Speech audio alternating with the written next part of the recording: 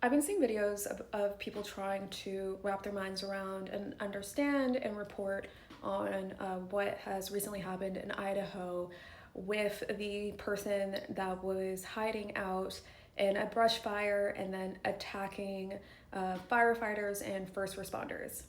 People are curious. They're like, what? This is random. Why Idaho? Why this kind of attack? X, Y, and Z. And I wanted to provide some perspective just as somebody that was once upon a time, not too long ago, appointed by the governor of Washington state to lead a hate crimes advisory working group that was coming up with statutory recommendations to improve Washington state's hate crimes laws. I didn't know anything about hate crimes, hate groups, really any of that before I took this job, right? And I went in thinking, like the majority of Americans, I think, that when it comes to hate crimes, you think about like the KKK, right? And they're wearing their white robes, their white hoods, they're burning crosses on the lawns of Black people, and those are activities that happen only in the South. But when I took this job, obviously, I had to start understanding and learning about hate crimes, hate groups, hate activity, and get deep into the research.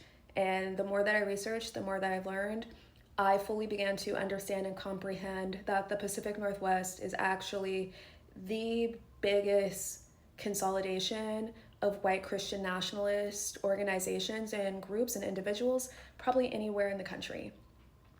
And it's something that I don't think gets publicly acknowledged or talked about enough. By the Pacific Northwest, I'm including Idaho in this, so it's Washington State, Oregon, and Idaho.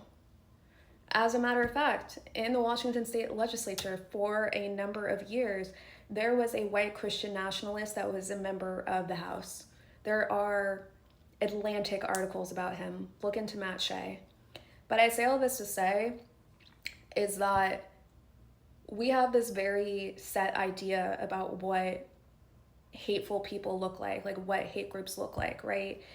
We have to come to terms with the fact that in 2025, these folks look like people that we work with. They have these underground networks. They're organizing online. They are active on places like 4chan, for example. They're active on Telegram. They have WhatsApp groups. They understand the optics of being outwardly racist like the KKK. Their whole thing now is that they don't want to be perceived as racist until after they enact their violent crimes, and that they hope that all this will spur a race war. Anyway, we're at 3 minutes. I could get into it. Like I said, I ran this task force. I facilitated it for a year.